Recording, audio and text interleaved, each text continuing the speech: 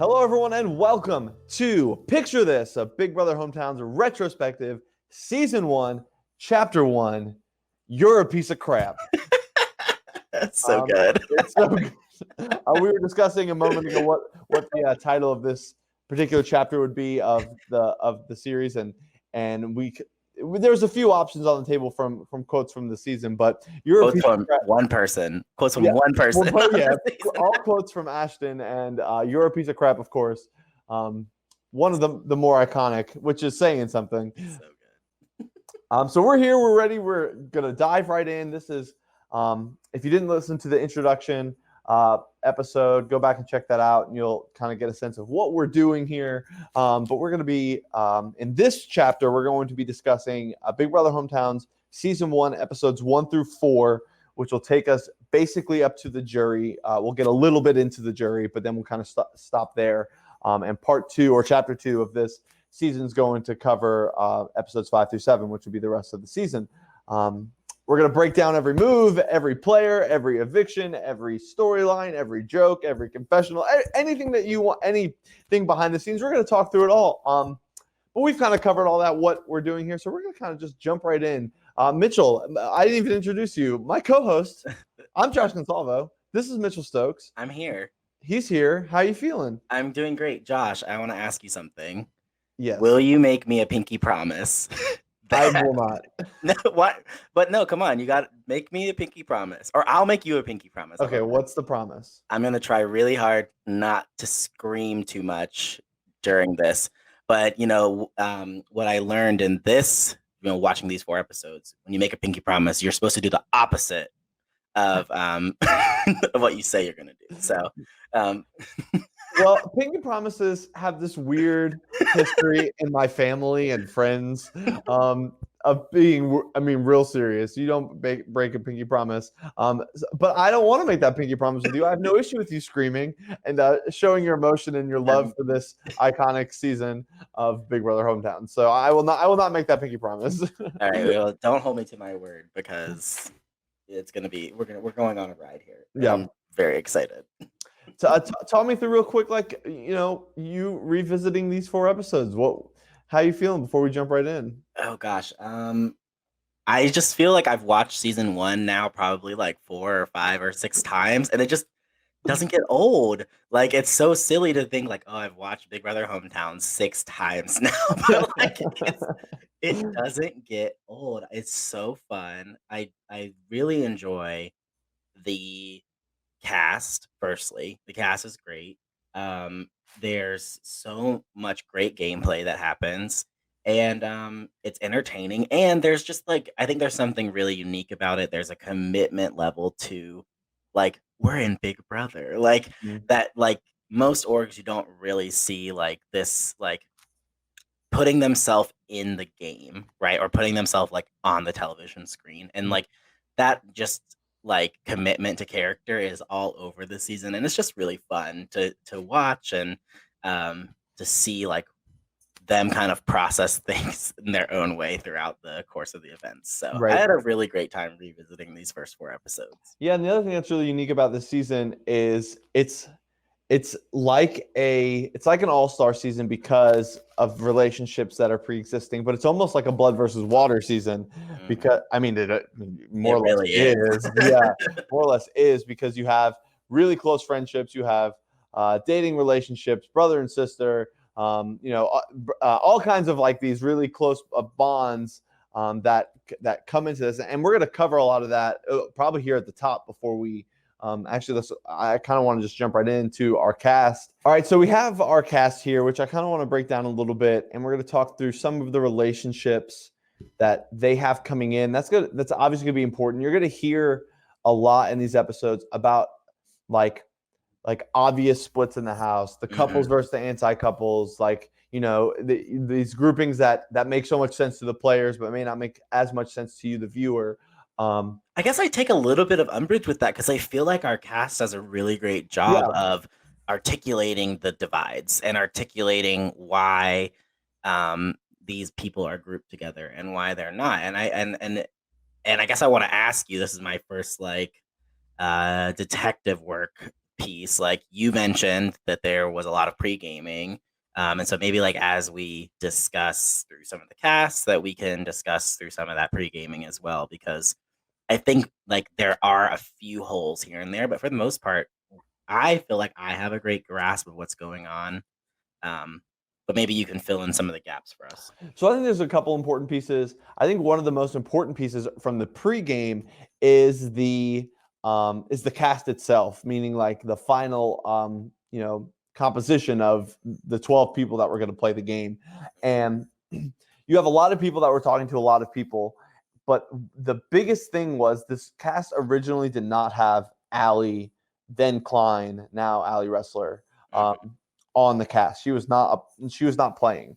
And instead it was a guy named Eric. Now, where he would have fit in is very different than where Allie ends up fitting in, because Eric could have fit in with a number of these people, or really could have changed the structures of the alliances, because Eric could have fit in with Bradley, would have fit in with Bradley and Ashton, which then by proxy Lane, where Allie does not. Well, Allie does kind of fit in that, but really I think Eric brings Bradley and Ashton more together.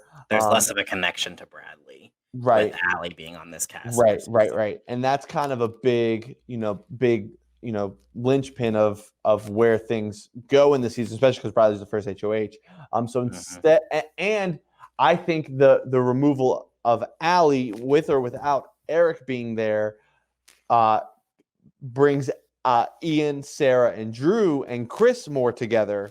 That would have been, I think that would have been a strong alliance. You would have a Sarah, Ian, Chris, Drew, but instead Eric goes out, Allie slots in, and you're going to see that takes Sarah and Drew out of the picture from Ian, and that's really important. So what we do get now is what would have been in the pregame, what before Allie was on the cast, Sarah, Ian, Drew, Chris working together.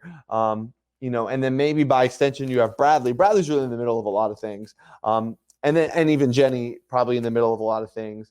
In that now you have this couples versus anti-couples thing, and the couples being Ian and Allie and Lane and Ashton, because a lot of the pregame saw once Allie came in, Sarah targeting Ian, and so that brought Ian and Allie close to Lane and Ashton to form what we now know as the Four Horsemen.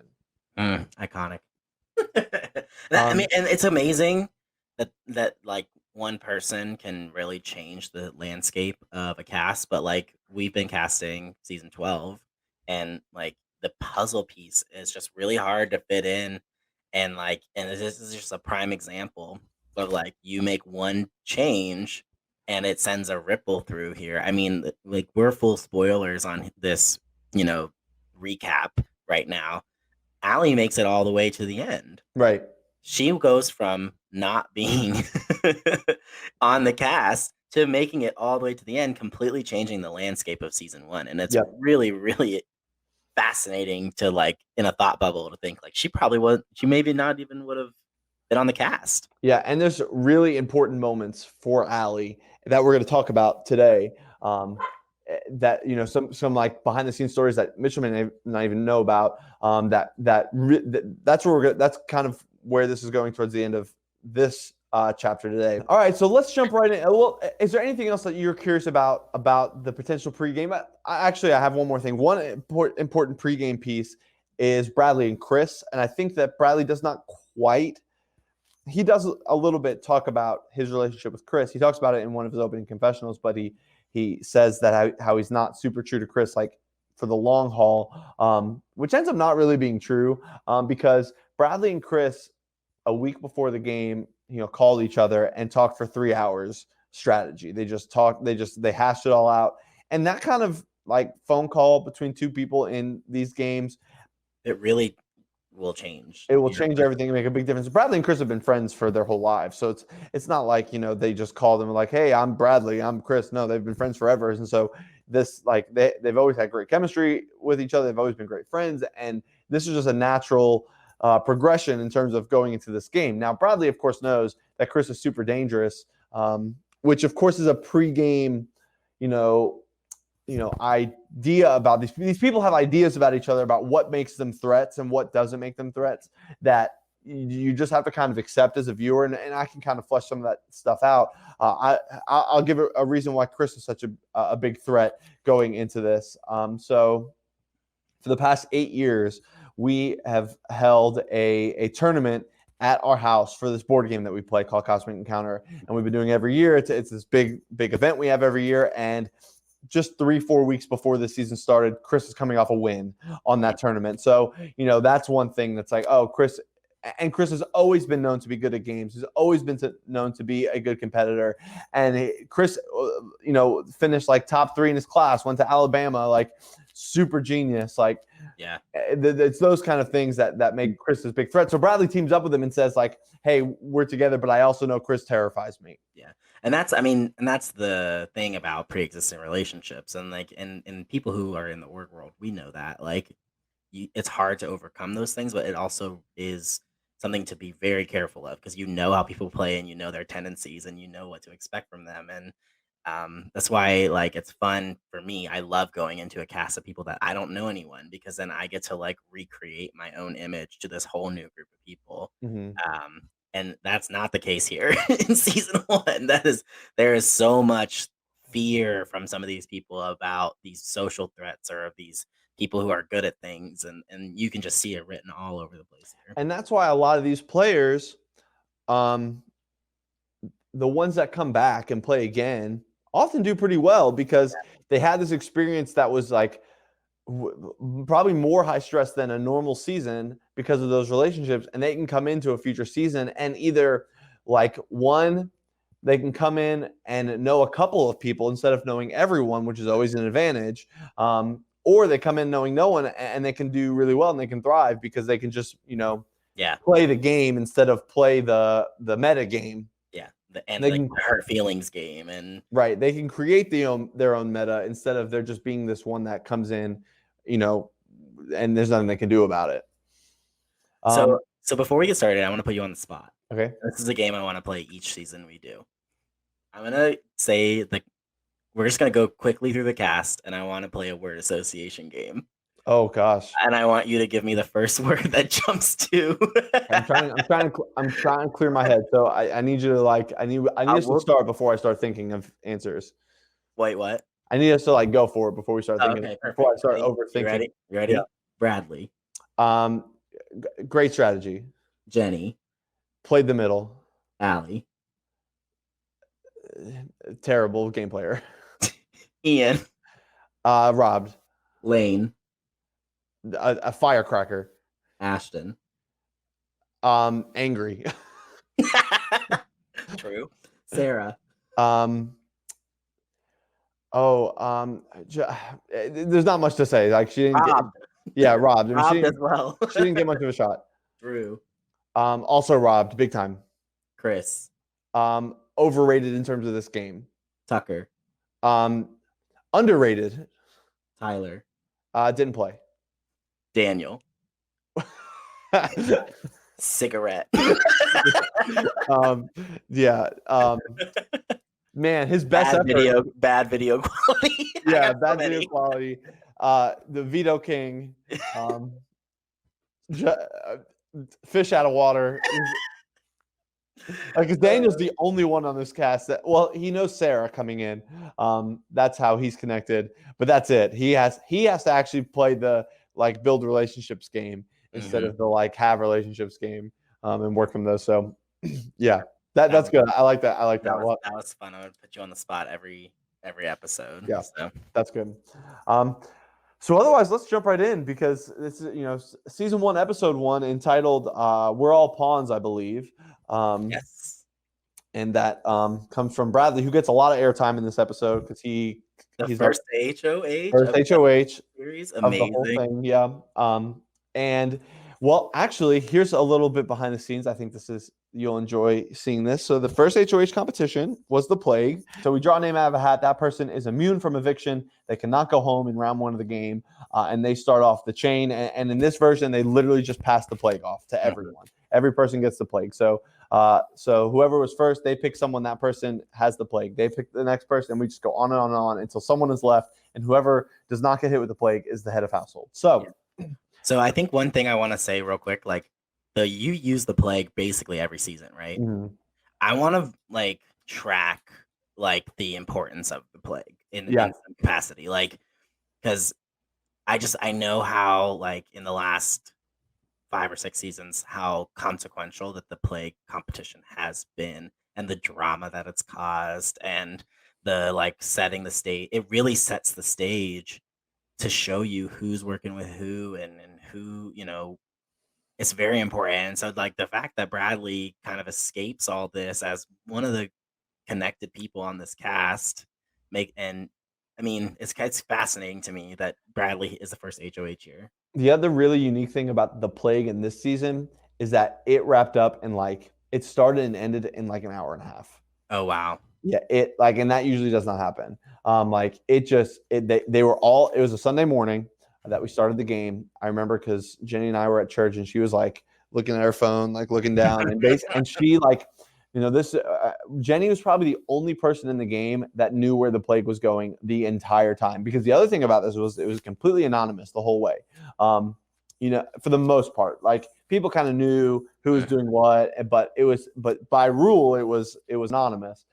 So you're telling me that Jenny had her hand in every single pot and knew exactly what was going on. I'm not surprised. Yeah. Big surprise. Yeah. So the person that was immune, the first person that was drawn at random was Sarah. Sarah comes out the gate swinging and hits Lane with the plague. Lane gets it. And you can see the back and forth here. Lane hits Drew. So you have Sarah, anti-couple, hits Lane, couple. Lane, couple, hits Drew, anti-couple. Drew, any guesses? Oh, I would say probably Ian.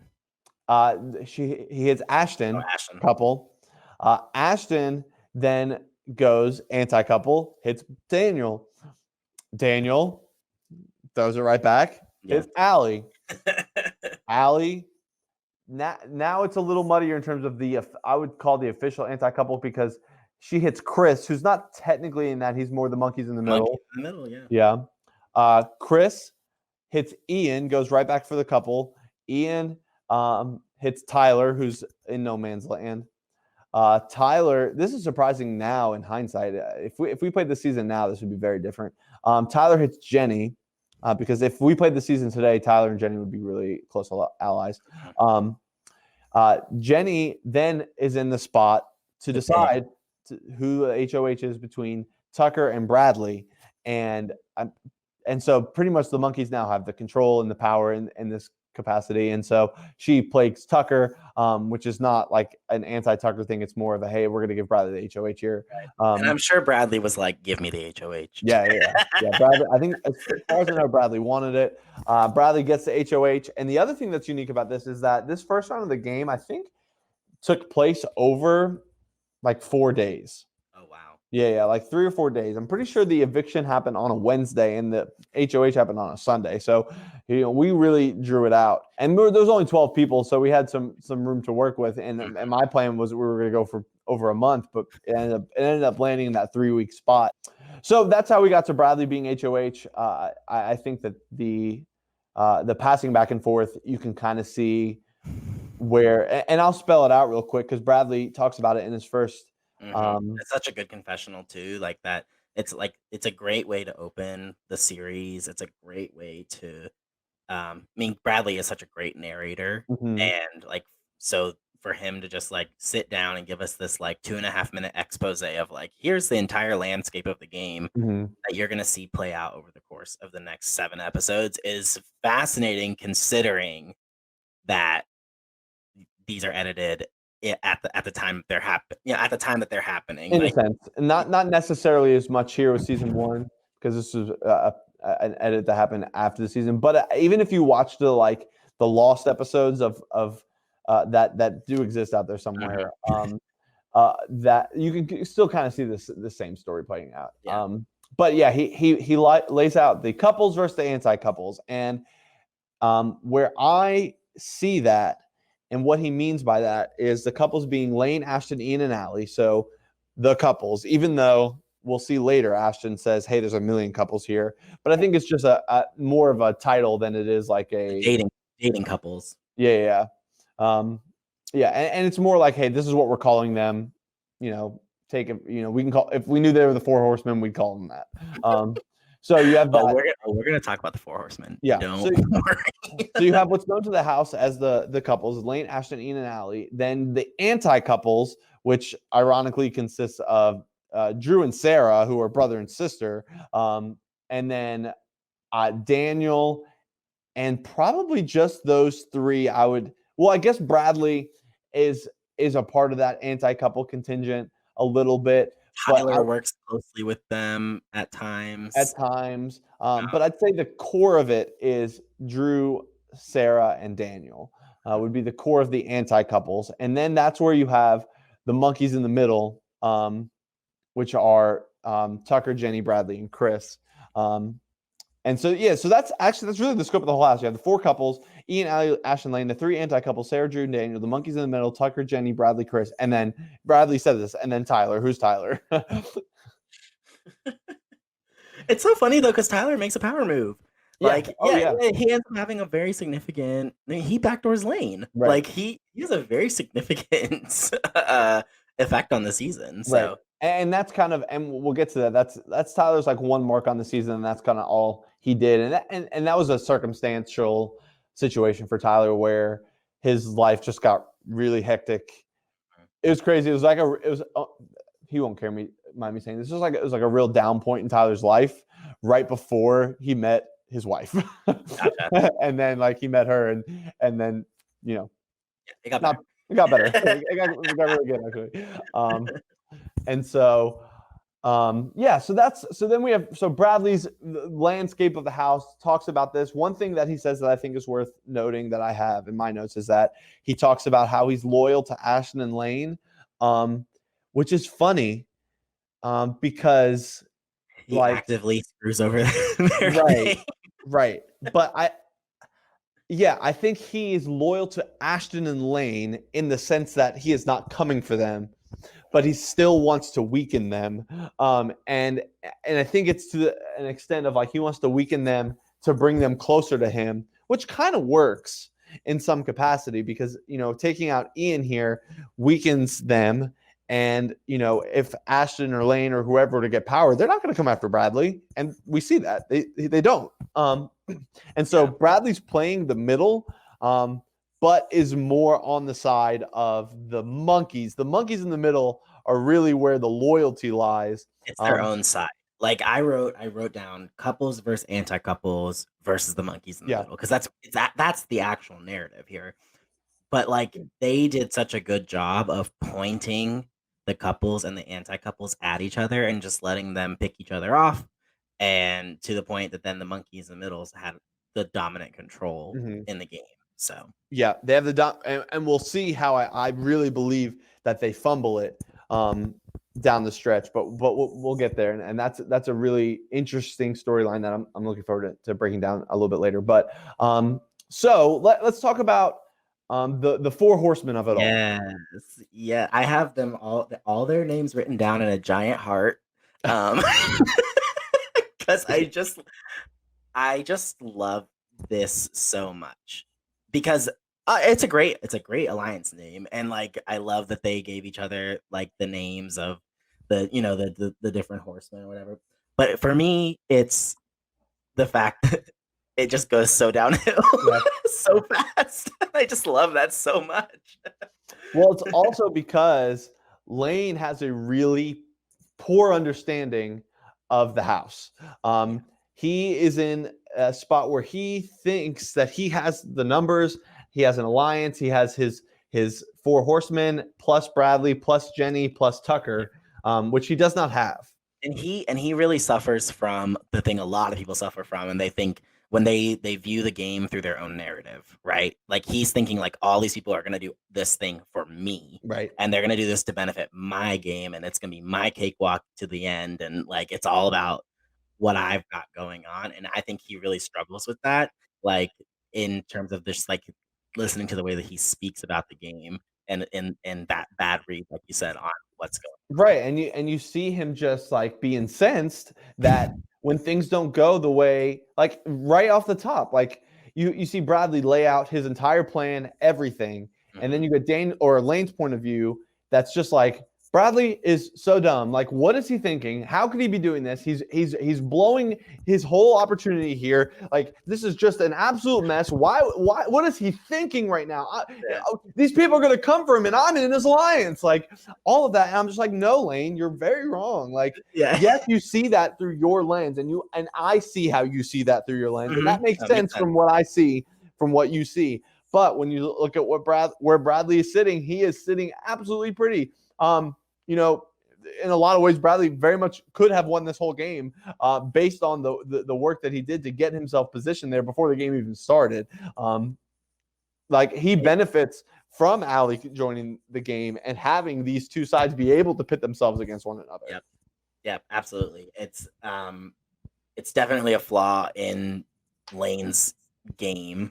I think he's a great player, and we get to see that throughout the course of the season. But definitely his inability here in this game to look past, like to look past his own bias, really gets him in trouble. I mean, as soon as the third episode, but and it really hurts. The thing that hurts about this whole thing is the relationship with Bradley and Ashton because of it. Because Bradley is in this great position, but has to like really do damage control with Lane and Ashton. But Ashton is such under such tied to Lane or under that influence or on that side and being forced into that position that like Bradley and Ashton don't really like. They both vote each other out at different points in this game, which is just incredible. I love it. The message. And so we also, another thing in terms of, and we talked about this a little bit in terms of the pregame, but you hear a confessional from Allie where she talks about how she, what is her horseman name? Death. She is Death. She's Death because she killed Sarah's chances of working with Ian, which is a whole thing. It seems like it, and I don't feel like this is probably the place to go into it. Yeah. I'll say on a surface game level is that she's right.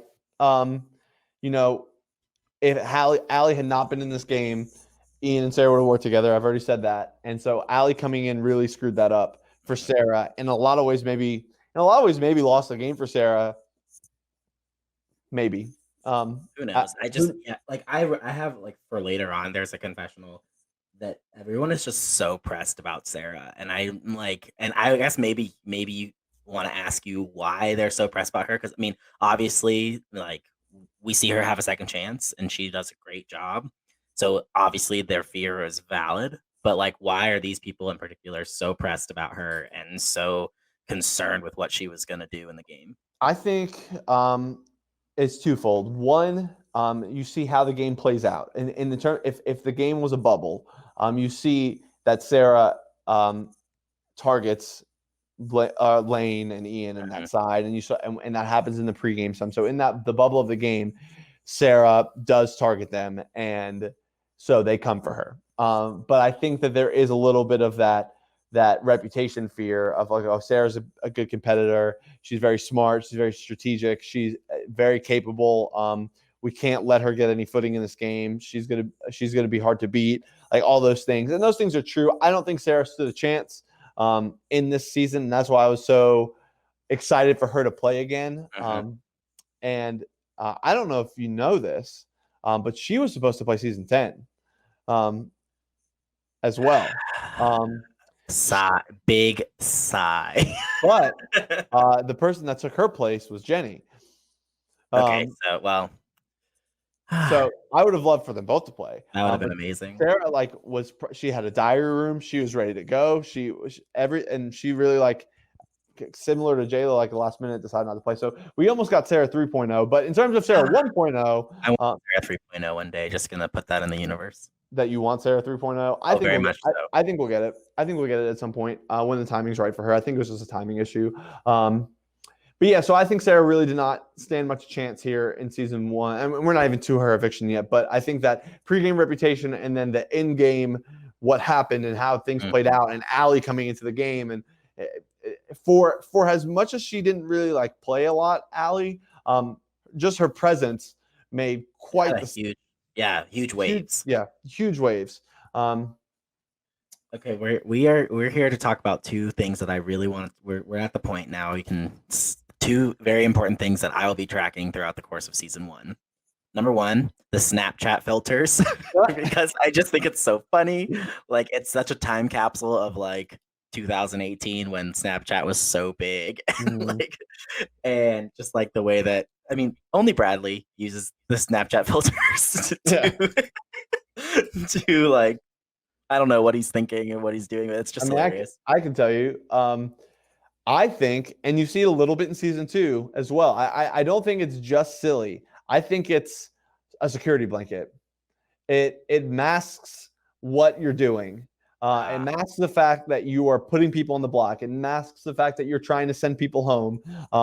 If there's anything you can hide behind in these early goings, especially like this season, it's a Snapchat filter. It's silly. It is silly. And it is like for fun as well. But I truly believe that it's part of a security blanket system to like. That's very fair. To mask what you're doing. Yeah, that's very fair. It's also just hilarious to me. It kills me. The one, like, I think the first one that Bradley uses is like the one that makes his face look like one of the VeggieTales characters. Yeah, like the hoop and then like the really wide chin. Yeah. Okay, so the second thing that I'm gonna be tracking over the course of this is Daniel's terrible video quality. Like, how is his internet or his video quality so bad compared to everyone else? Like, not only, firstly, it's 2018, so like, why is it so bad? Honestly, like, I mean, his is particularly terrible, but no one's is particularly great. It's not great, but like that's, I think because we're comparing it to like 2020 standards, 2020, almost 2021 standards, but like it's not even that his is bad and grainy. It's distorted, and like it's like super long or super wide compared to everyone. I'm like, I need to know, Daniel, if you are listening to this, hit me up in my DMs. What were you using to record all this? Because I need to know. Yeah. That's something I think that's something we're going to track over the course of the entire series is the evolution of Daniel's video quality. Can't wait. Because it does slowly get better. It does not like overnight get better. We will see in season 5 that it is a little bit better. Then season 7, we'll see it gets like pretty much up to a good standard. And then by season 9, he's in a good place. That is going to be an interesting thing to follow because it is real. Like Daniel's video quality. It's just so bad.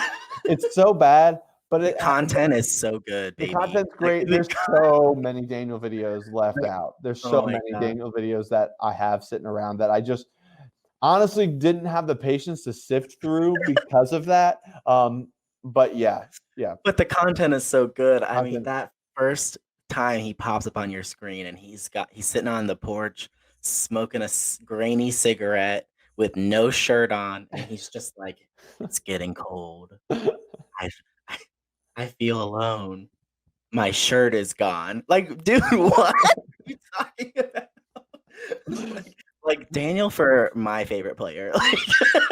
Yeah. If we had America's favorite player, I feel like Daniel could have really been up there for this one. So yeah, those are two important things: the Snapchat filters and Daniel's horrible video quality. We're gonna be.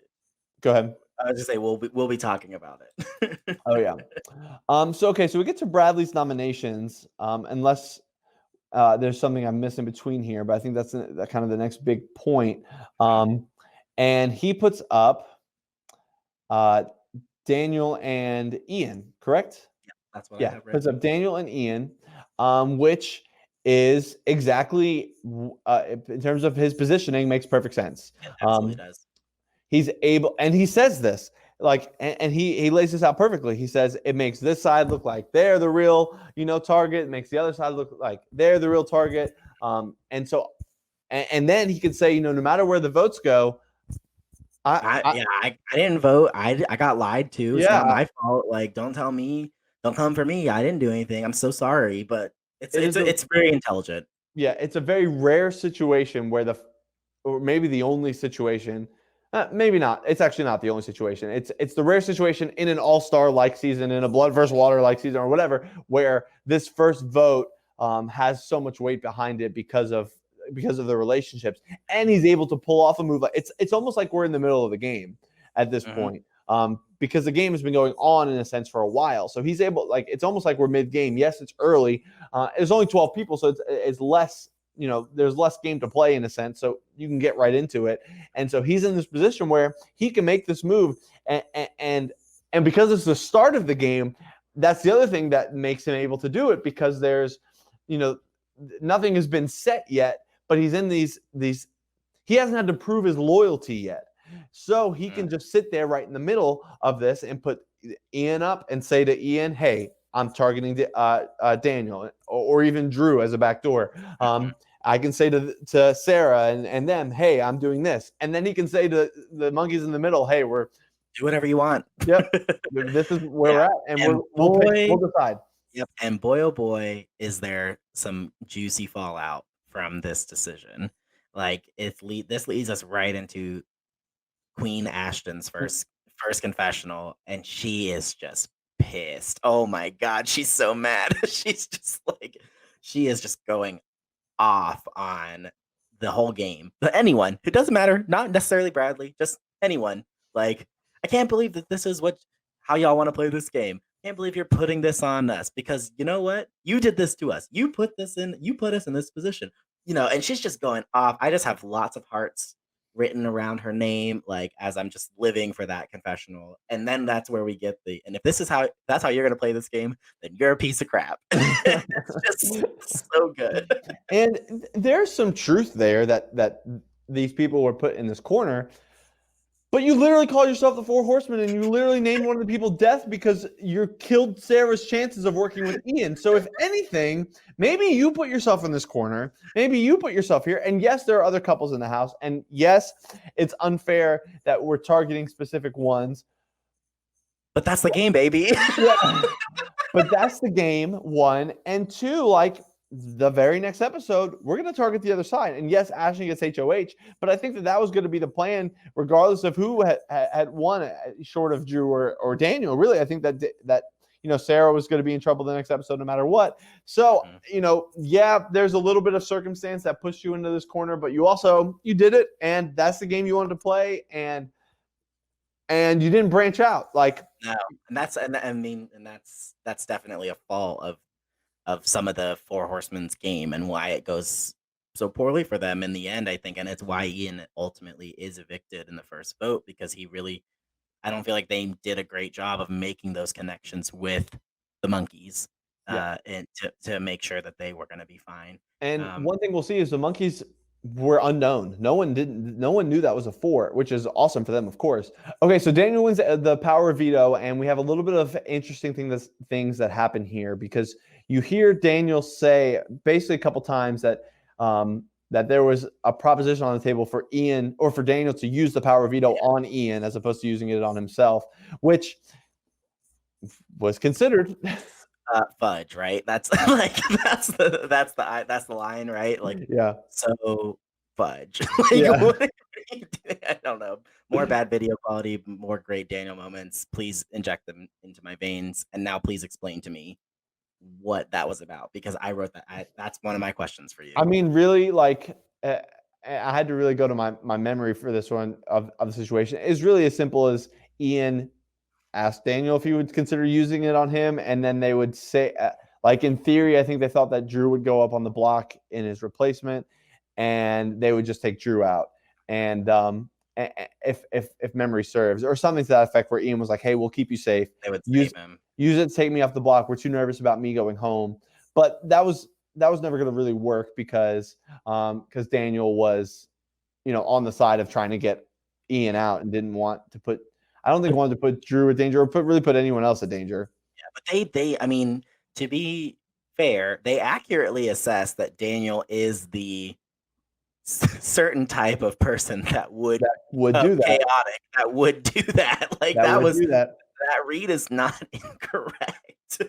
So What we will see from Daniel Sanchez is this is the best game he plays by miles.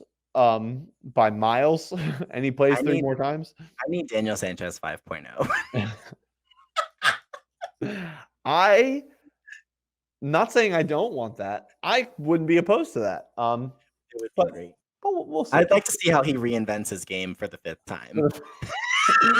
The thing with Daniel is that Daniel is very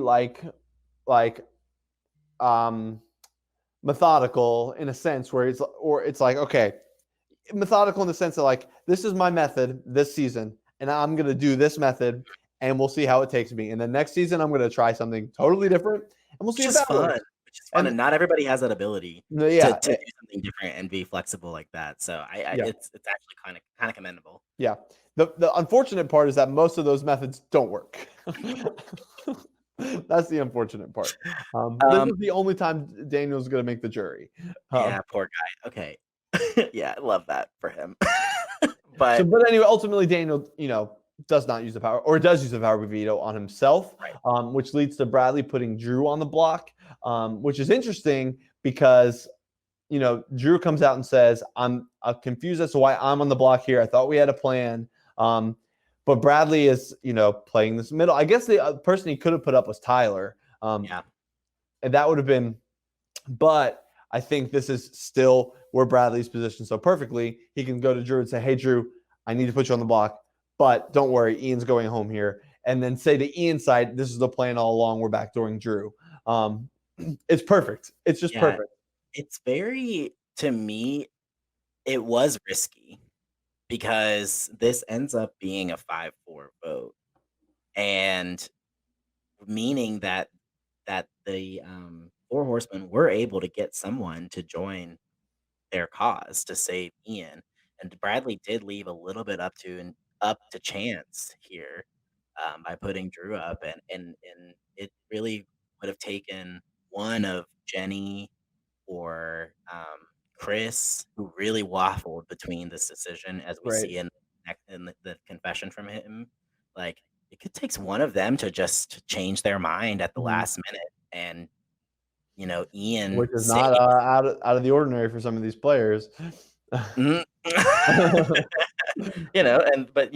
so I feel like Bradley really left it up to chance here and really was banking on the fact that like his ability to play the middle. But if Drew goes out here, Sarah and Daniel don't have a lot of power versus you leave the 4 horsemen intact, and it was a very risky move, I think, on his part. Yeah, it's risky, but I think ultimately he has enough control here that he knows that in this first round of this first season, in this new thing, that the people that he really trusts in the monkeys in the middle. So you have Jenny, Tucker, and Chris. He knows that those 3 are going to vote with him. Didn't Tucker vote for? No, they all voted. They all did. Okay. Yeah. Who voted? Who was the 4th vote? Tyler. It was Tyler. Okay. Yeah. So I have it written down. Or I thought it. Yes. Okay. So yeah. So Chris, Tucker, Jenny vote for Ian, and then so that's where I think Bradley knew he was good, because he knew he had those 3, and then the whole point of it all was to get out a couple. So that leaves Sarah and Sarah and Daniel. Sarah's not going to vote out Drew yet, and Daniel's going to do what Sarah wants. And so that's why I feel like Bradley was not super in danger here. And even if it was, I mean, like, yeah, it's risky, but he's still he's in that position where, if the other if Drew does go home, Bradley just runs to the couples and says, "Hey, this is what we had told you." That's true. That's very true as well. So he was positioned perfectly. Really, I mean, the people that are in the most trouble in this game are those 2 sides, the couples and the anti-couples, and we're going to see them take shots at each other. Yeah. Can we talk a little bit about? I mean, we've already kind of had our fingerprint on this, but Chris's confessional about like how personal this game is, and like him picking between, I'm assuming 2 of his good friends, in Ian and in Drew. Mm-hmm. That is what makes this season super compelling for me personally, just to like see how that emotion is affecting the game. Do you have anything you want to like contribute to that, or you want to like lean into or explain? I think that you see it. It's written all over here, and it's going to be kind of like the undercurrent of this conversation. It's about the whole thing. I think that Chris does a good job articulating it in this episode. He'll do a great job articulating again in the next episode. And you know, but then Chris says that like I'm more interested in winning, which is unlike Chris. Not that he isn't interested in winning and things, but he loves fun, interesting moments. He loves good gameplay. He likes good television, so to speak. And so, but he came into this. He was like, I actually kind of want to win. I think I can. And so for me, that means I got to do what's best for me, and that means cutting Ian. It means cutting Sarah. It means riding this alliance of the monkeys in the middle. And ultimately, those things are difficult. And I think that's what scares a lot of people playing this game again. It's because that this season was really hard. Was really difficult for them to play, and ultimately, I'm very grateful that it happened and that they did, and that in hindsight, it's much more fun than it was for them to live. And I think that a lot of these people can revisit the season, and I hope that they do when all this comes out, and are able to say, "Man, that was just a really cool time, really cool thing that we did." But it was very difficult, and you know that I put them through ultimately. Little spoilers that didn't Ashton just recently go back and watch this season? Yeah, like and for the first time, she enjoyed it, right? Mm-hmm. Like she was texting you, and then you kind of like looped me in a little bit, but she seemed like she was enjoying it, and so hopefully other people will get a chance to go back. Let's wrap up this episode though, because we're like almost an hour deep. But there was a lot of setup. Yeah, there's a lot of setup that got us here. I think that will help us to propel us to move a little quicker moving forward. We do have a 5-4 vote. Iconic. We have the breaking up of the Four Horsemen. Love it. Love that arc for them. And then we have the power duo of the season, Josh and the screen. Yeah. And name a more iconic duo. Yeah, I'm in the K4 classroom when I did that eviction, and they had the smart board. And you were so nervous, and like that's what's so like it's so funny to look at. Like you could just read the nerves on your body. I was. That was hard. It was hard for me to do as a first. Now you're just like, get out of my house. See you later by a vote of 10-0. See ya. Like now I live for it now. But that was hard. Yeah, that was a difficult moment for me. There was nerves. I like took my time with it. I tried to build some suspense, which I still do now, of course. But like, yeah, that was hard. That was a difficult time. And so yeah, 5-4 vote. I may have called Ashton like moments afterwards and just like said, "Hey, this is what happened," and told her, and gave her the and told her before she saw the video, like, "Hey, it's a 5-4 vote, and Ian's going home," and she was like, she couldn't believe it. She was like, she was pissed. She was pissed.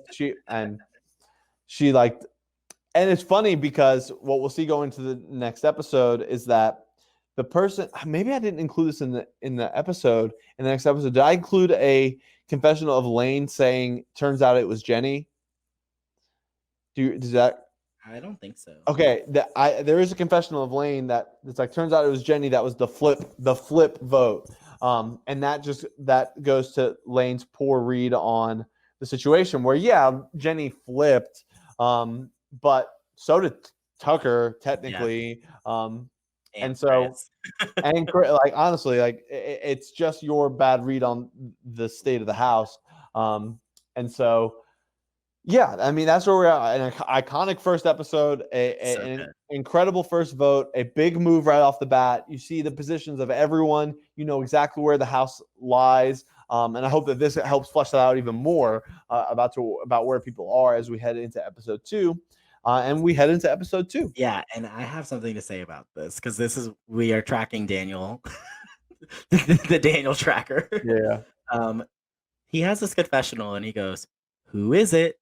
It wasn't me, or was it?" And I'm like, and I literally thought, this honestly describes how Daniel plays Big Brother Hometowns. Yeah. Like, this is how his game, like, and this just like, I'm kind of trolling you, or am I trolling you? I don't know. Like, well, the other thing about his confessional that I always found interesting this one in particular, he was like, "Man, that was a close vote."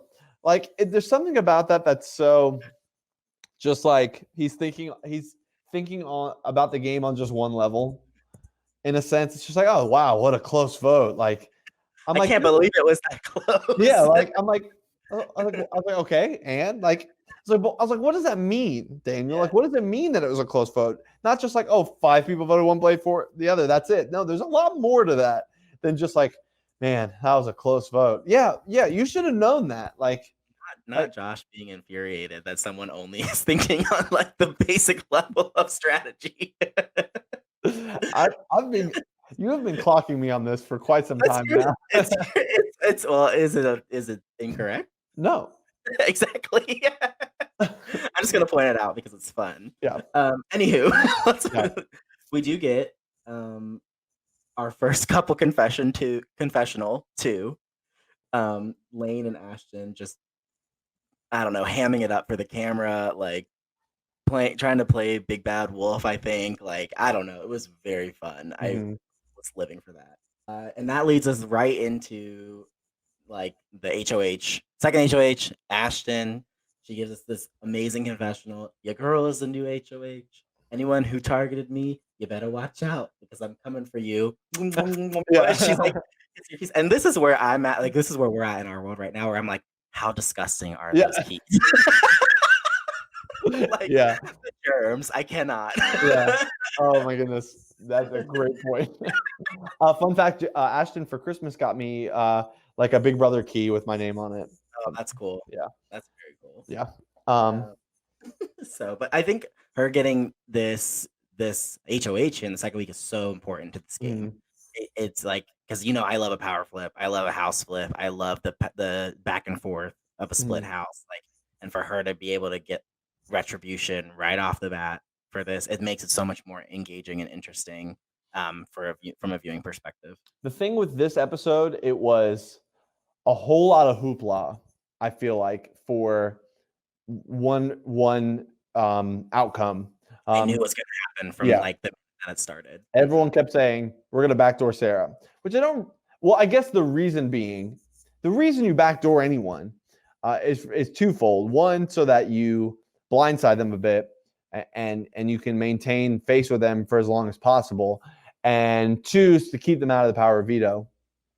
That's maybe even more the reason. And so that's really what they're thinking here is like, let's keep Sarah out of the power of veto, which she ends up getting pulled into anyway. And this, unfortunately, was a competition that I wish I hadn't done.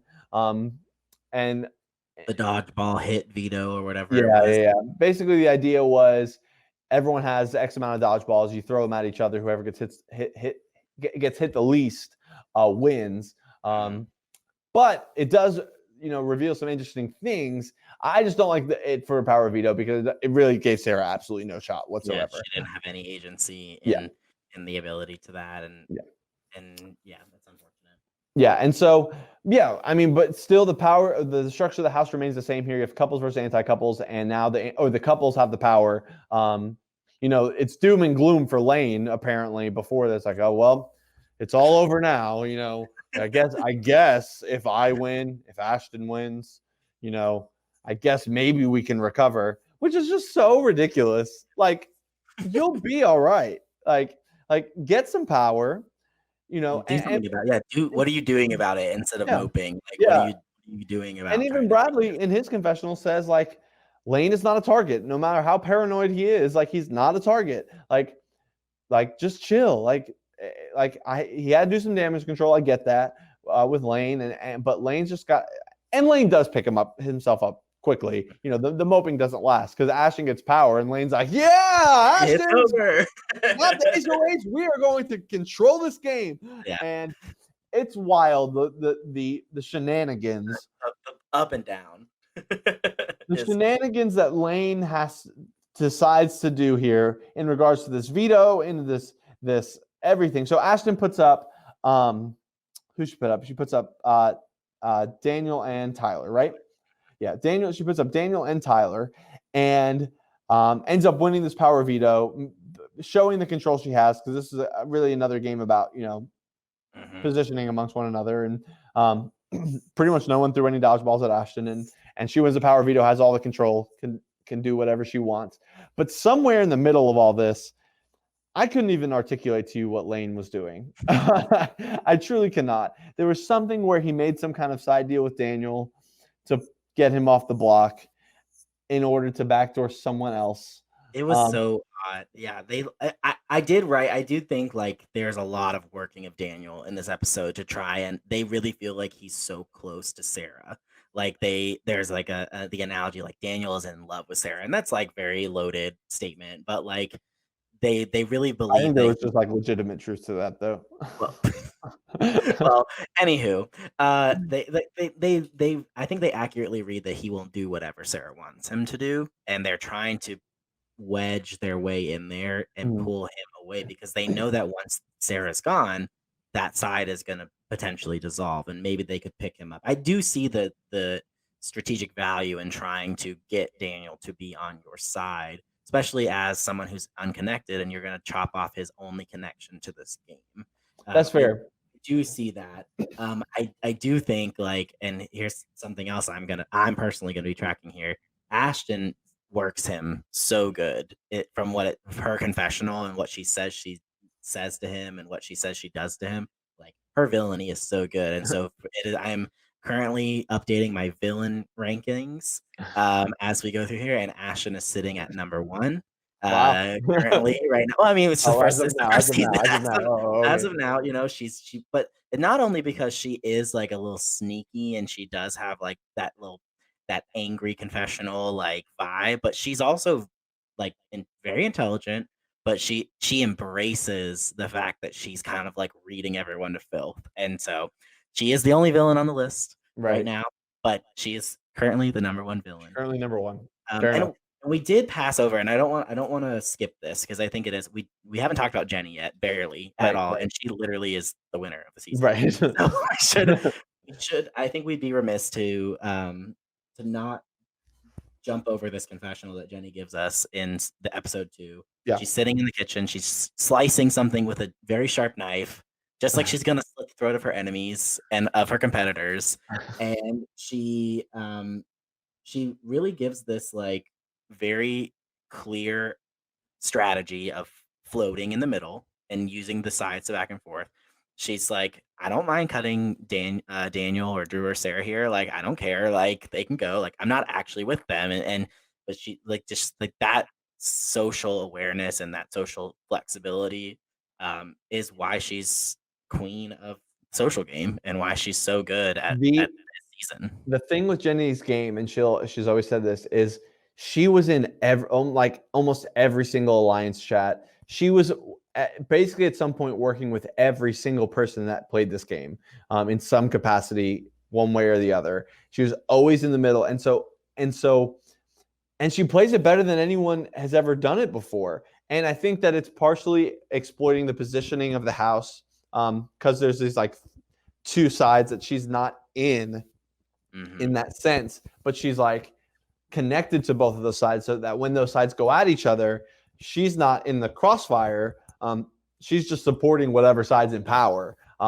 It's perfect because none of the sides ever target her and say, well, Jenny's really working with everyone. Though Lane, you hear this throughout the game of Lane saying things like Jenny flipped or you know, Jenny's really doing a lot, or she betrayed me, she backstabbed me, she did this or that or whatever.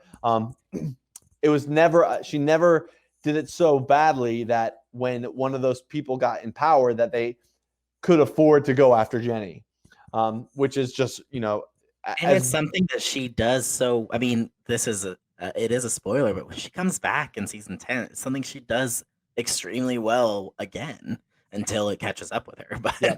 And I foresee her doing it again one day when we're in Winners at War. I really see her being able to come in that game in a great position once again. So yeah, and one other thing that so Ashton comes in, uses the power veto, and Skirt. Skirt. I literally was gonna say that. Puts Sarah up on the block. And Sarah or Ashton says, she's like, hey, I'm betraying two people here, but that's okay because we're getting our objective out. We're gonna ultimately what you just said, and that's a good point that I hadn't even thought of. But we're wedging ourselves in with Daniel. We're gonna be able to bring him in. He'll be fine. Oh, and one thing that Ashton says that I think is so aware, and I wish that people would think about this when they play this game. And she said, I'm stabbing 2 people in the back, but Daniel is just one person. Mm-hmm. And I think that I wish people would look at the game that way Always. always. Make the move that's good for you. Right. Don't be afraid. Yeah, Right. very much. And even if Daniel had numbers, Daniel is still just one person.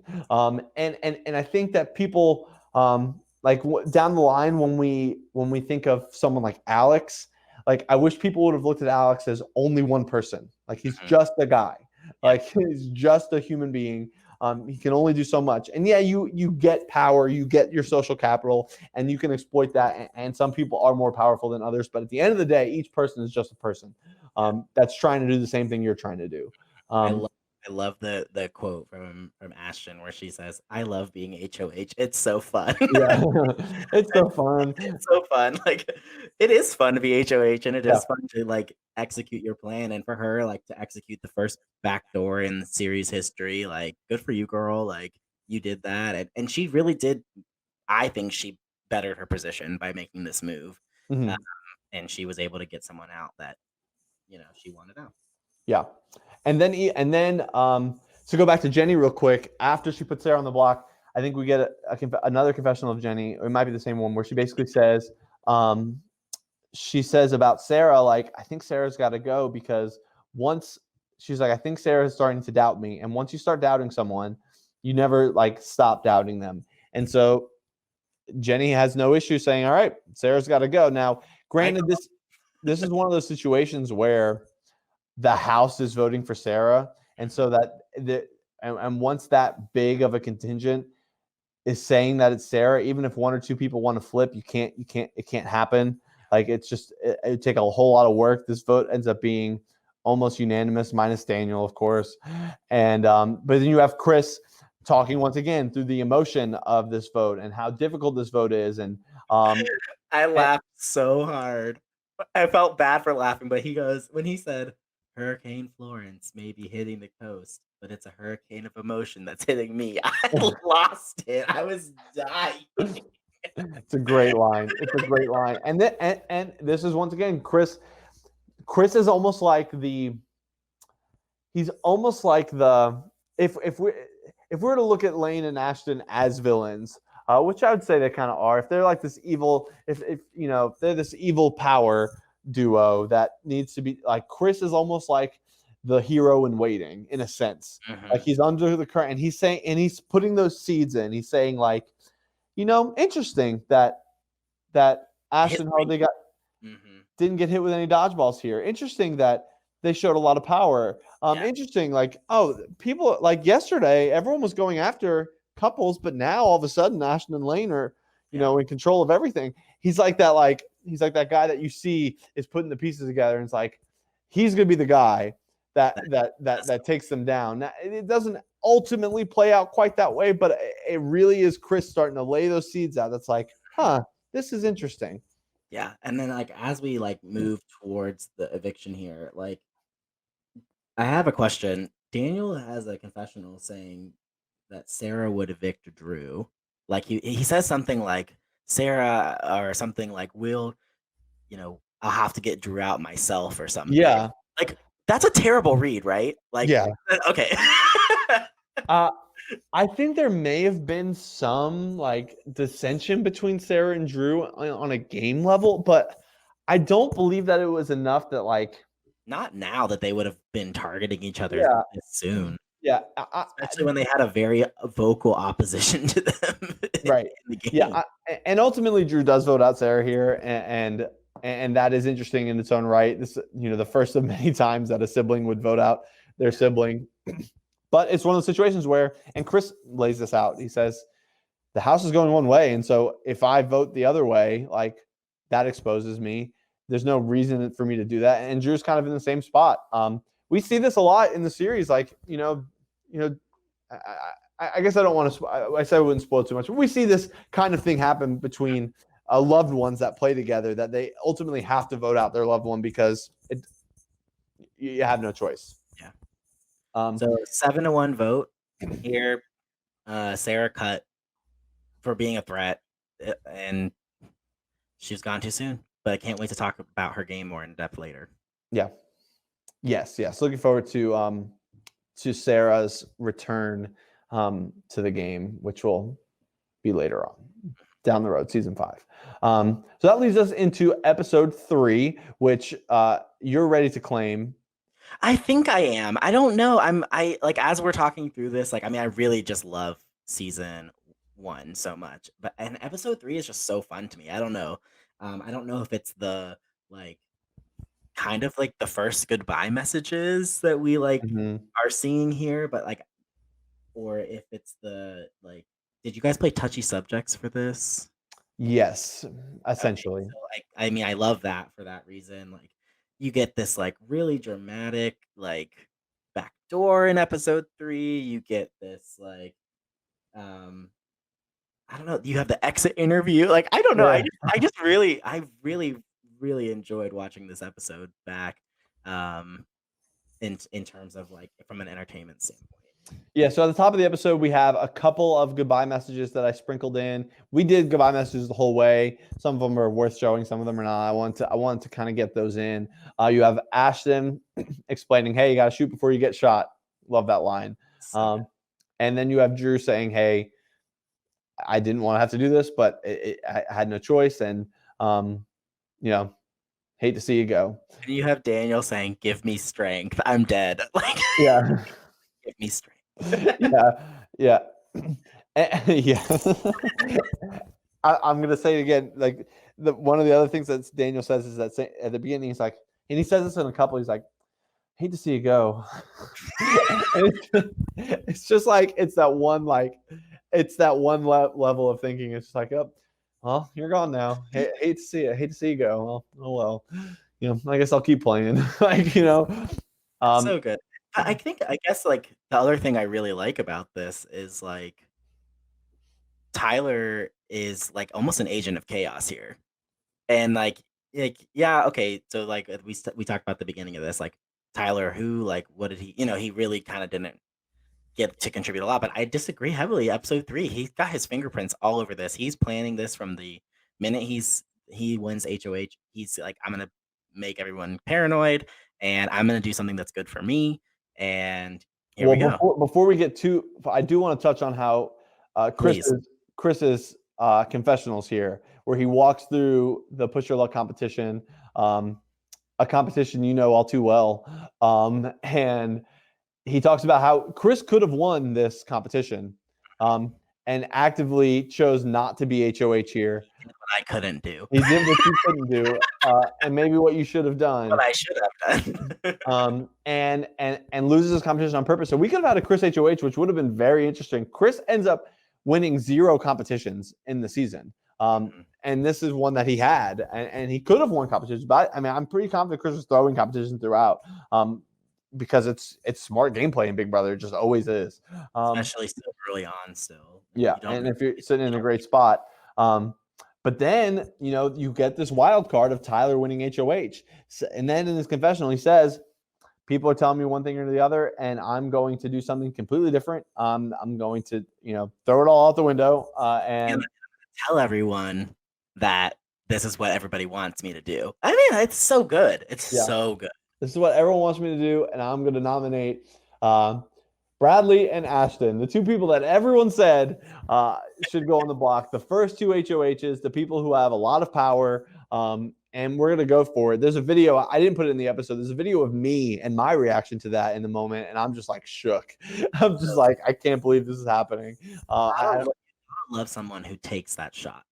You gotta respect someone who is willing to put their game on the line to like make a shot at the power players in the game. Bradley was literally nowhere in episode 2. After this huge episode 1, sitting so pretty in the middle, he's nowhere to be seen. I'm sure he was all over the game, but in terms of the episode, he's nowhere to be seen.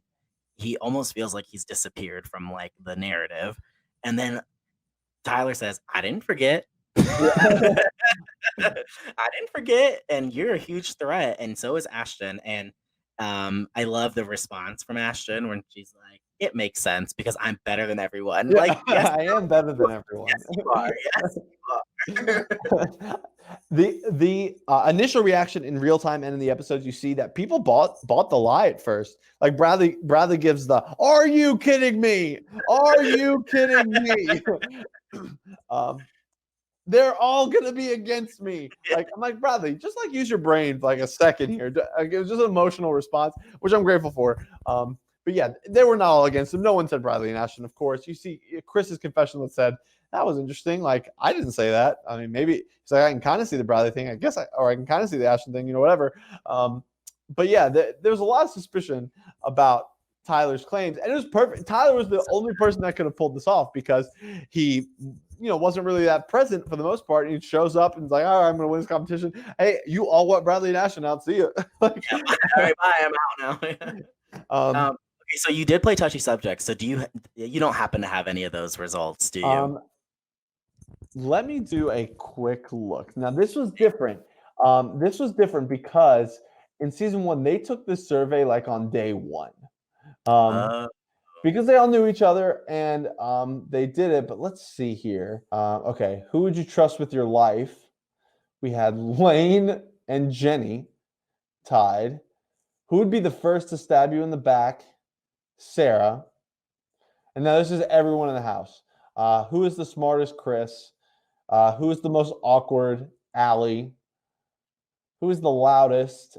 Tied between Chris and Drew. Who is too nice? Sarah. Interesting.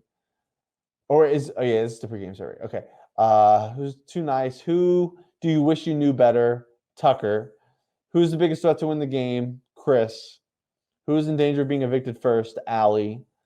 That's funny. Who's the funniest? Tyler. Tyler. So there's the touchy subjects answers. do you feel like that was accurate? No. Okay, and it was like some of those are a little suspect. Yeah. No. So, but there's I've not looked at those in a long time. So it's funny that I still have them somewhere deep in my Google Drive. So, yeah. So Drew wins this power veto, which no one really looks at it as like you do now with touchy subjects, as like, oh well, they have a great read on the house. I don't think anyone really cared about that. They just and Drew like beat the crap out of everyone. If I remember correctly, he got 8 correct out of the 12. I think that was the best, and it makes sense because like the answers are kind of weird. Yes, So randomness.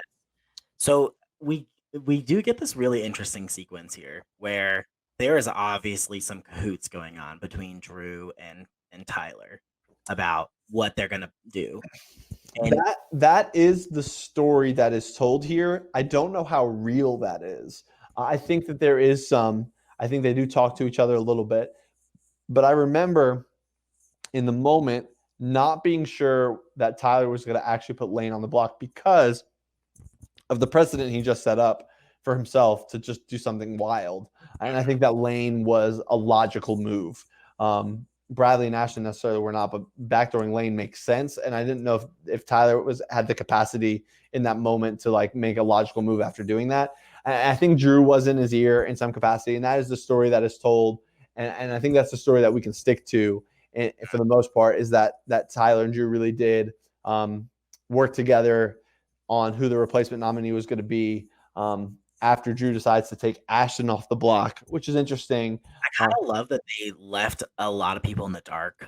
It seemed like in that, like, because you get that confessional from Bradley being like, "Drew, you're such an idiot. This is not gonna go the way that you think it's gonna go. Like, I can't believe you're gonna leave me hanging like this." And then immediately it like is walked back, and he's like, "I guess Drew's not that big of an idiot." Yeah. That's so. I mean, Well, it's good. this you probably can gather this from the episodes, but Drew's had the nickname Big Idiot for like his whole life. Like it's just what we call him, and so that it's just like his name in my phone is Drew Big Idiot Williamson or something. And that's true. I love that from Bradley because he's like, what? So this is so stupid. Like, why is he gonna do this? He's gonna like, whatever. And then he's like, oh, Tyler did put Lane on the block. Okay, never mind. Oh, I guess it does make some. Yeah, that makes some sense. And which is a really fun sequence. And so So Lane gets the back door here. And if we look at the votes, this was a very interesting vote, in fact, because you have Tyler or Bradley, rather, Bradley versus Lane. And this is kind of a time we see. I think this vote was very up in the air for two people. Two people really one. What's the vote here? It's 4-3. It's 4-3, and Tucker swings over to the couple side. Tucker swings over, and he explains that in his first confessional. Tucker gives great confessionals when he gives them, and he talks about here. He's like, Ashton's been good to me, and by accident, he says, but purely an accident, I told Ashton I was going to vote to keep Lane. And he's like, and he runs through people. He's like, I have, Tyler, I have Lane, I have Jenny, and Allie. like I love that confessional about what he's going to do. And he ultimately votes Bradley out here, which I think is a good move for Tucker, because now because Bradley doesn't go home, he still has the allies there. He does fess up to Bradley and says, this is what I did, but I'm still with you guys. And he is able to tell Ashton's side, hey, I did what I was going to say I was going to do. And so this vote comes down to Jenny, who Jenny explains, like, and I put her goodbye to Lane in, I'm pretty sure, where she says, like, your pitch made a lot of sense, and I almost voted to keep you, and I almost voted Bradley out, which would have not been in her best interest, I don't think. I think Bradley's much more loyal than Lane is, and we'll see that coming up. But and she almost flips, and I remember in the moment her thinking about it, and I was like, this is not a good decision. You shouldn't do this. And ultimately she doesn't, and she kicks Lane out, and we get Lane out 4-3. Otherwise, the votes hold serve to what you'd expect. Allie votes out Bradley. Ashton votes out Bradley, which is, another time a sibling votes out a sibling. Daniel votes out Lane. Makes sense. The anti-couple contingent. Drew votes out Lane. Makes sense. Obviously, it was part of his plan. So I have two things I want to say. And since you already mentioned Jenny's goodbye message to Lane, I just have to ask, did they go to Scarowinds 2K18? We did. I love that story. Yeah, that was a fun time. That was the last time I went to Scarowinds. I haven't been to Scarowinds since that. I don't think I've been to Carowinds since that. It's that intersection too, like that we've talked about, right? Of like this real life, like versus the game. Yeah. That's very funny. Yes, that's funny. And but this does lead us into Lane kind of dominating the last 6 minutes of this episode with his goodbye message to the house. Yep. That is some good drama. That is, him spilling basically everything he has to spill. I love a loser just spilling all the secrets. Like I really do. I just love it. Like, don't make their life easy. Don't go, like, I know people are like, well, you go out with your head held high and you go out with grace and dignity. No, bitch, you tell them that Mitchell has a steal vote.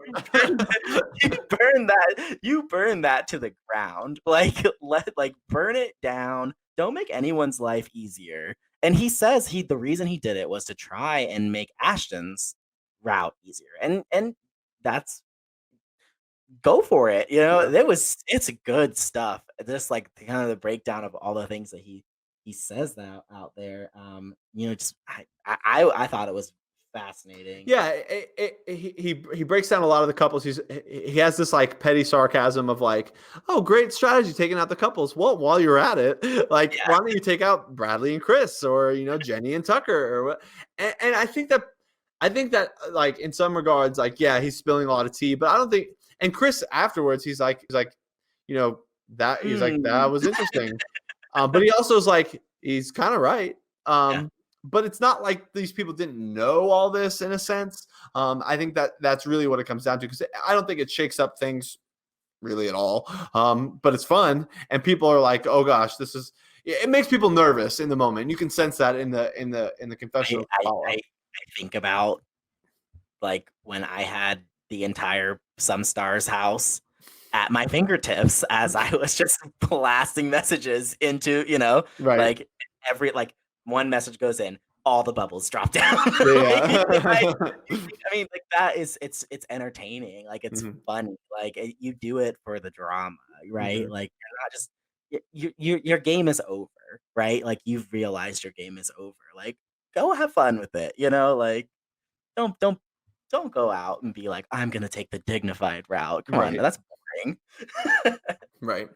um, And so we lose Lane there, um, for now. for now, yeah, and I want to talk about this interview because I Oh literally yes, yes, yes. I screamed out loud. I was not prepared because like the Josh is re-editing. This is a secret, I guess, but you're re-editing the episodes.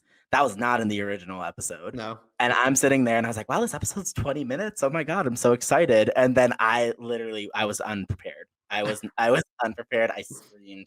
I have in all caps like every thought that I was having during it. But before we talk about that, because it's just the commitment to the character is so great. Right. Um, we do have this interesting confessional from Bradley where he's like, I'm being honest. I'm not lying to anyone. Like, bro, what?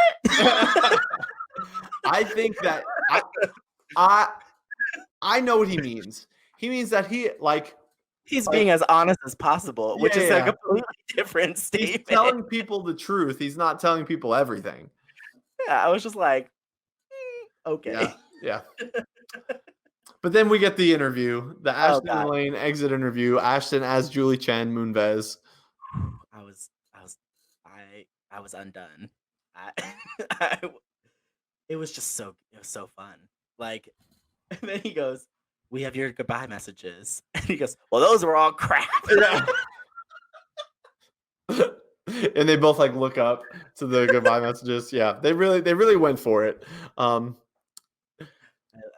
loved it. It was. I mean, I just appreciate it from like an entertainment perspective, from like good TV. Like, I loved it. It's Yeah, so good. it's good. It's a lot of fun, and and then you can tell they just were super in. Everyone was super in on this whole experience, which makes it great, makes it a lot of fun, and like it's funny that Lane is talking about Ashton as if Ashton's not like there. Like I think Ashton's in some hot water, all these things, and that leads us kind of perfectly into our final episode that we're going to cover for this chapter today, and that's episode 4, which is our first double elimination episode. It's not a double eviction. We just get two cycles here in the episode. There's actually no double eviction in this season at all. And we start off right at the top where we get the announcement that Ashton has won head of household yet again. First 2-time HOH in a season. She's really making a threat out of herself, girl. Come on now.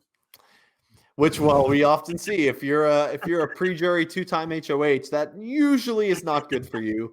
But this was kind of a luck-based competition, and so Ashton lucked her way into winning it. Kind of unfortunately for her, and you can kind of sense from her, she's like, "Well, guess I'm HOH again." And she has the obvious decision of putting Tyler on the block. There's a lot of smoke on this in this cycle regarding Ashton and Daniel that doesn't make the episode, where there was just they kind of had this whole argument about who did what and who voted for who and who told who what, and there's just a whole lot of nothing that does not fit into the story. But and so that leads to her putting Daniel on the block as well. There's not a whole lot to report there. It does not have a lot of bearing on anything that happens. So her noms end up being Tyler and Daniel. And here we have Vito King. Vito King, Daniel Sanchez. I don't know where this competition prowess goes because like he wins some competitions later in other seasons, but nothing quite like this. I don't even remember what competition he won here, but like, he wins the veto again. It takes himself off the block again. So Daniel wins power veto, takes himself off the block, and now we're left with Ashton having to make a replacement, which there's some interesting things surrounding this. We see a lot of it from Chris's perspective. But one of the options on the table was Drew. But I think that after Drew had just saved Ashton literally from the block, and then despite saved her from the block despite voting Lane out. I think there was just some I don't know if I could put Drew up. He just literally saved me. It was Tyler ultimately that we're trying to get out here. He's the one that took Lane out, not Drew. And so she goes to Chris and tells Chris hey, you're going to be a pawn here. Is that okay? And Chris, really says Please pinky promise me that you will not do that. Well, it was the pinky promise that you actually have the votes. Okay. Pinky promised me that you have the votes to not that I'm not your target. That you really want Tyler out here, and that's he's like, I made her pinky promise me, because there's like a deep history of pinky promises. Like I've said, in our friendships and in our circle, that you make a pinky promise, and you got to come through. And so Chris, Chris, anytime someone ever asks anyone to be a pawn, 85% of the time, they're not asking for their permission. They're just really just saying, like, I'm going to do this, and I need you to be okay with it. Yeah. Because I have the power, and you don't. So sorry. Yeah. So my question to you here is, do you remember, or do you know, like, at any point in time, was this a backdoor attempt on Chris, or was this really just like Tyler needs to get out of here? This was Tyler needs to get out of here the whole time. Yeah. This was always Ashton has played a big game up to this point, and I think that for her, she needs an easy move. And despite Tyler making a big move, that's a perfect excuse to make an easy move. And Tyler, and you could say it's a big move because he just took out Tyler, but it's not, because it, like, a big move from my definition is something that disrupts the flow of things. And this does not disrupt the flow of things, because when someone makes a move against you, it's only logical for you to make a move against them. So this is for all intents and purposes the only easy week. Yeah, this is the like the take out the inconsequential person. Yeah, like that's not really plugged in anywhere, which maybe you could say is bad on Ashton. Yes, Tyler just moved against you, but save him potentially and move against this other force. I know they don't know about the monkeys. Right. Move against this other force that is. I feel like it had to. I guess I wasn't there, but I feel like it had to have been more obvious that there was something else. I don't. Maybe it's one of those things where you can find yourself as HOH at the wrong time. I think this was that for Ashton, because I've seen a lot of times that someone gets HOH in a position where they can't quite make the big move they want to make. And then it ultimately, the next round or a round or two later, is the perfect time for someone else to make that move against that person. And I think this is ultimately that, where Ashton was not really in a spot where, like, anyone was super coming for her at that moment. Even though Lane is out at this point, I think Lane getting out was great for Ashton because it freed her up a bit. And then ultimately Lane's going to get back in the game. But I think that this was really Ashton's only move. She could have done something bigger. But I think that she's in a spot where this was her only move. Gotcha. I think. I guess you could take out Chris, and you could see that, but you maybe try and build some trust back. If you're on your heels at any point, you've established that, and it's funny that there's a strategy in this game that we see time and time again where people build trust with people by making them pawns on the block, but it's effective, and this is kind of what's going on here. The only other, go ahead. I was gonna say if we move through some more of this, like this doesn't seem like it was too difficult of a decision for a lot of people. No, I mean, the vote was 5-1. And the only person that doesn't vote the right way is, you guessed it, Daniel. And once again, I think he said he flipped a coin. Whatever. The only other interesting thing here is, from just a fun perspective, and we see the confessionals about it, is that this is the first time that I pull out the Chris, you are safe, Tyler, you are evicted. And Bradley's zooming in and out on Snapchat. Yeah.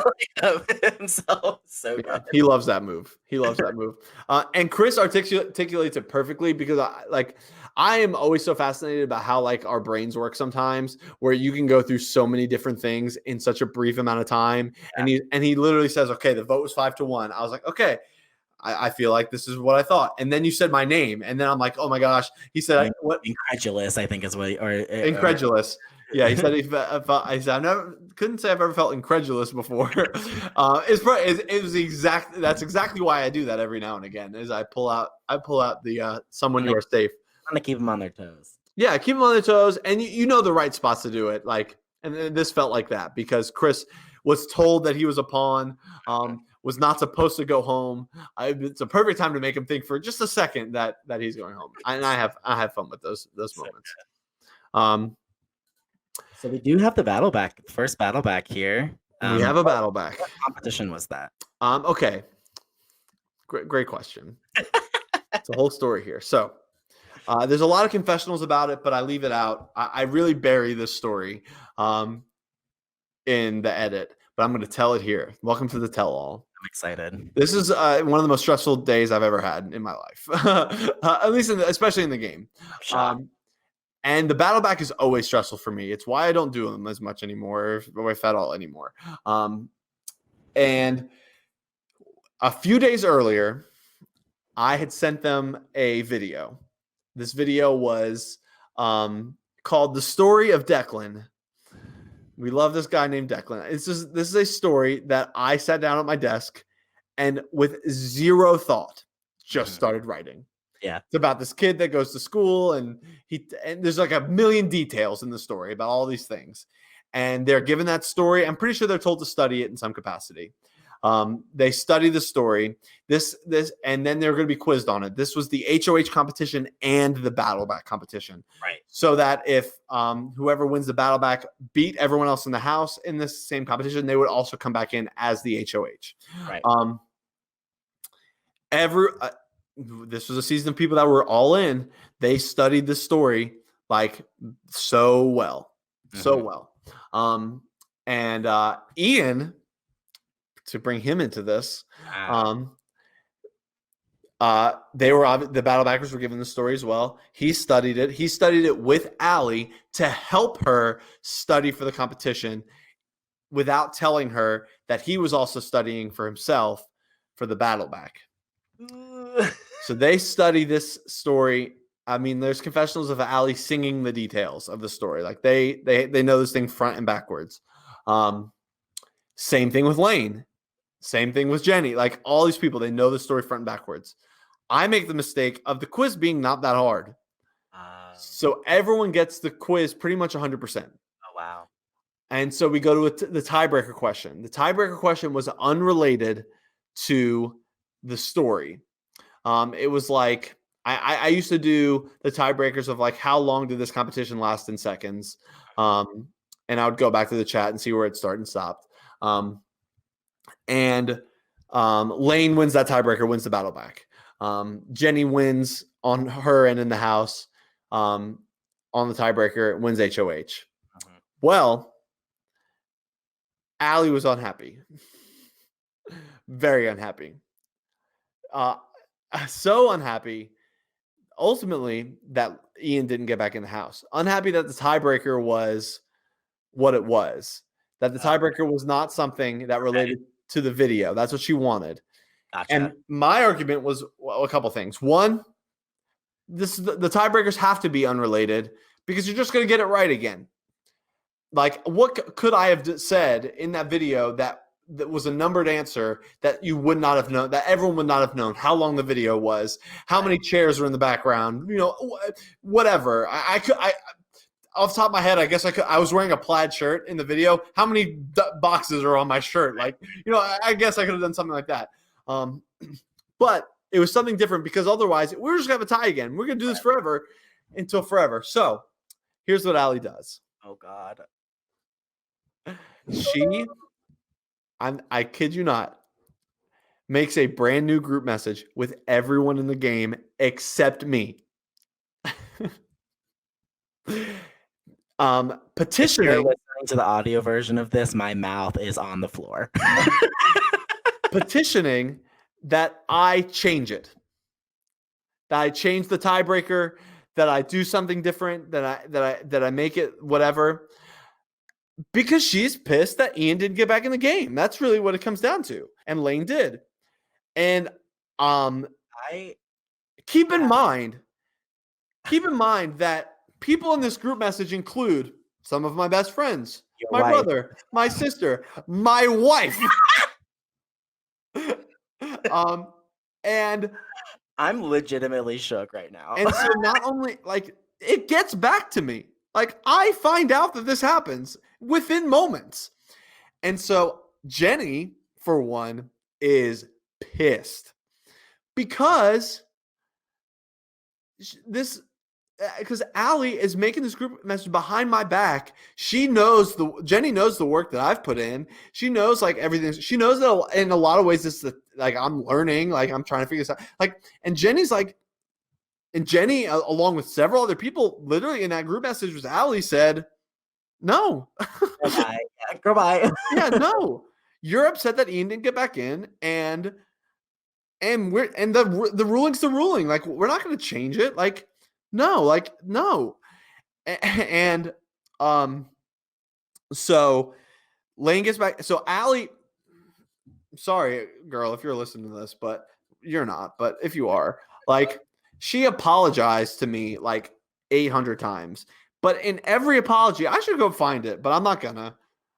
It would be, I'm sorry, but Yeah. I still feel this way. I'm sorry, but I still feel this way. It was the basically her apology over and over again. And I just was like, it was just so stressful and so terrible. And so this is now this is where it creeps into the gameplay. So Lane's back in the game, which we can talk about that. That's obviously a whole big thing. But Jenny wins HOH, and she puts Allie on the block. Yeah, I was just thinking about that. I was like, oh my God, this is the drama that I did not know that I needed. Like, yeah. This episode, this part, the battle back to Drew's eviction is such a crucial part of this game, and largely because of that story that I just told that doesn't quite. I didn't know. I didn't want to include it in the episodes really, and there's really no way to include it in the episodes. Right. Yeah. And so but. So let's go back into the episode, and I'll funnel how this. Yeah. Well, and so here's the thing. Like, I feel like this is the first round of the game where we were lacking a lot of detail from, like, it's only like 6 or 7 minute sequence of confessionals and information. Yeah, and that clarifies a lot. Yeah. Of this, in terms of like what was informing gameplay. Mm-hmm. The only two I have two notes for this whole sequence is the history of battlebackers making it very well and very far in the game is starting here in season 1. Mm-hmm. Like, that's just like a thing I want us to track, like, over the course of the series, like, of the battle back, and like most of the people who win the battle back end up going really deep in the game. Do very well, yeah. Why is that versus, here versus like in other types of reality games? Like, yeah, I don't know what it is, because I feel like in almost every situation, the battlebacker almost goes home right away. Yeah, first 1 or 2 rounds immediately after, and this is the first instance of many instances where someone makes it. Well, really? what I'm saying in Big Brother Hometowns, the battlebacker almost goes home right away in almost every instance, and then does not, and then ends up making it very deep. And that's the case here for Lane. So we have Jenny who wins HOH. And yeah, I think that's going to be important to track. Like, so we have Lane back in the game. That's obviously a big deal. He had left with this big bomb drop. He's only gone for a couple days, and now he's back. And fits himself right back in. This is kind of bad for Ashton in some capacity. But Lane comes in. I mean, he's playing hard at every turn, so he's ready to be back in. But you have Jenny who wins HOH, and I wish that we had more from Jenny here. But what I just filled in probably helps. It does help. It makes sense for them to continue to throw Daniel up because he's gone every time. Daniel gives us that hilarious confessional where he says, "I'm effed and I'm going to die," and I'm like, I just was not prepared for that. It really sent me and loved it, and then it makes sense for her to have ultimately put up Allie there. Yeah, and Allie's the target. Got to protect her man. Like, yeah, Allie's the target. She wants Allie gone. If not, it makes sense game wise, but also makes sense for just like the personal moment in that. I was just like, and she says you didn't talk to me. It makes sense because Allie didn't come near Jenny. She probably was tail tucked right between her legs after all that went down. So there's a lot that goes on between the veto decision and the renomination, because Ashton because Jenny was going to put Lane on the block. That's what she wanted to do. But Lane and Ashton called Jenny and beg for their lives for Lane to not go on the block, so much so that they promise Jenny that if she doesn't put Lane on the block, they're gonna vote Allie out. That's what they're gonna happen. So that's why when you see Ashton make her vote, she says, "I vote to evict," and she's like, "Drew, like I'm actually doing it." And so Jenny follows through with that, and the promise is made. And she puts Drew on the block, hoping that Drew does not go home and that Allie does go home. And they vote out Drew. But so do Bradley and Chris. They wanted Drew out. That's who they wanted. But I think that Bradley and Chris were better served to vote Allie out here and keep Drew in the game. The problem was that Drew was kind of like, where's Drew stand? Drew is sketchy. Drew is this. Even though he was not, like he wasn't. And I think that Bradley and Chris really should have kept Drew in the game, voted Allie out. And I think that would have propelled a lot of them to a better shot of winning the game if Drew stays in and Allie goes. But this is probably the most important thing is like Jenny is betrayed by them and does not say in confessional, I wish she had, but says to one of us, she says, fine, if they want to keep Allie in this game, I'm taking her all the way to the end and I'm going to crush her. Jenny says that out loud in that moment, in real time. Spoiler alert, that's what happens. And so I love that so much. I know it's a little late for this, but just get her to do it now. Just get her to do it now. Put it in the episode. Yeah. I thought about it. I really did. Oh my God, that's so good. And so then a couple of fun things here at the end. We have Chris's drunk feelings confessional. Love it. He's like, there's a lot of feelings, and Jenny has feelings, and everyone's had so many feelings, and this game's getting heated. But yeah, Drew was like at some event drinking, and I just put that in. And then Drew is gone. His confessional about the couples have the power now. They're back in control. You would think that that's what would be happening. I mean, there's what, 8 people left at that point. Like, you would think that would be where it would happen. That a strong 3 is really important. Yeah, this is heading us into the final 8. And so Drew's like, that's where it's left with, and we really have, and that kind of wraps us up for part 1 or chapter 1 here of Big Brother Hometown season 1. We're left with kind of people being betrayed by one another, and the monkeys still being in control. And we're gonna go into the second half and figure out how, in a lot of ways, they fumble that going down the stretch and how they really screw it up. And I really think that it starts here with not voting Drew out when they had the chance, or voting Allie out when they had the chance. Even though Allie's not a big threat, she represents a part of a power structure that ultimately kind of starts taking out. And really, they really come into their own in the second half of this game. They come into their own. But what I was going to say is they also kind of screwed up by not backdooring Lane here, because I think that Lane is the bigger, piece, obviously. And if they take Lane out here, I think that almost maybe cakewalks the monkeys to the final 4 if they're willing to do it. But we will get into all of that. Yeah, look at us taking 45 minutes of content and almost talking about it for 2 hours. I can't say I'm surprised. I'm not. But we will see you in part 2, where we are going to cover the episodes 5 through 7. It's going to be a lot of fun, and we're going to get to the end of this thing and really try and tell the story of how Jenny wins this game. And do you have anything else to say? No, I think that's a great encapsulation of what's coming up. So yeah, I think so too. And that's it for us. We will see you next time.